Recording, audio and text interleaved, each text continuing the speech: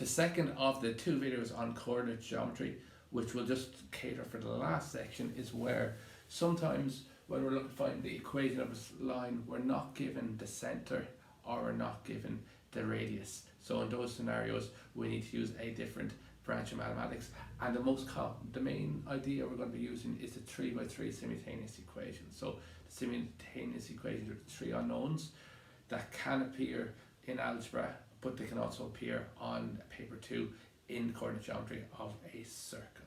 So we're going to get started. We're going to look at the first scenarios where there's 3 points on the circle. So they're on the circle.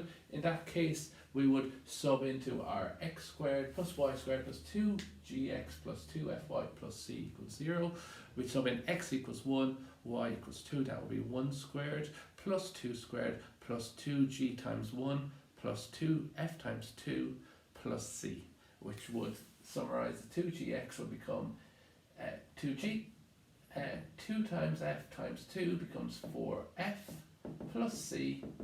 1 squared plus 2 squared will equal 5, and we bring it over to the other side, so it'll be minus 5, and we would do the same for 2 other points.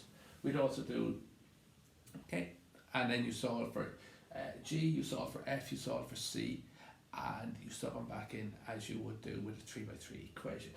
The second scenario that we might have when we're looking to find the equation of a circle is they might give you 2 points on the circle, and we sub in our x and our y values, and they might also give you an equation of a line, and this equation of a line goes through the center. So remember that through the center is minus g minus f, okay? If that was a bit too small, it's minus g minus f, and we'd sub in, if we said that equation of a line was 2x plus y plus 7, we'd sub in for x minus g, and for y would be minus f. We won't have a c in this situation. So you'd have minus 2g minus f plus 7, and then we allow it to equal 0. Okay, so that's the first 2 scenarios. The last scenario we're going to look at is where 2 points are touching a axis. So if it was touching an x-axis,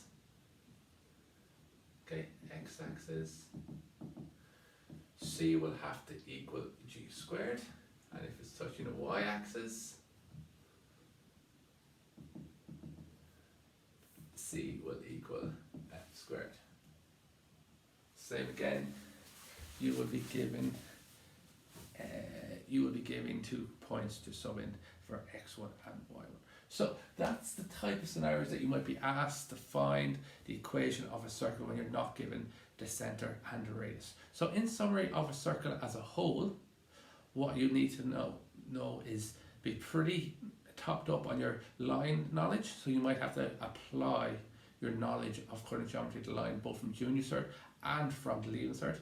And you'll also have your simultaneous equations, both your 3 unknowns, where you will have what we have looked at in this video, and from the previous video where a line and a circle intersect, you'll be potentially asked to find